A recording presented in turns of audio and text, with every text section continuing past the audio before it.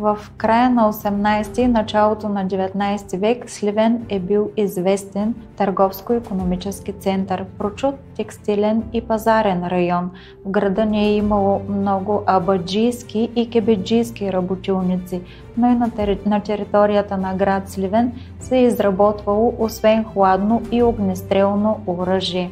Това, което ще видите, е ятаганът на Панайот Хитов, който се съхранява в експозицията, и какво е представлявало оръжието, което са имали само и единствено двамата войводи Хаджи Димитър и Стефан Караджа – револверната сабя.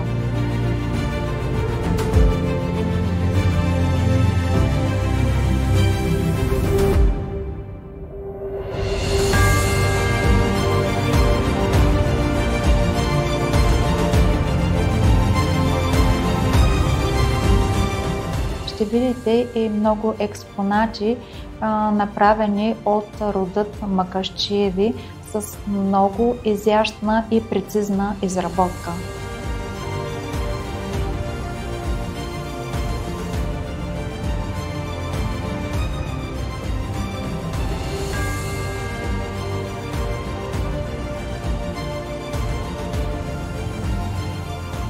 Във временната изложба на възрожденско оръжие ще имате възможността да видите цеви за пушки, инструменти за пушки, барутници, пушка боилия, пушка шишане, пушки с различен механизъм, пищофи, пушки от руско-турската война и експонати, изработени от родът Макашчиеви.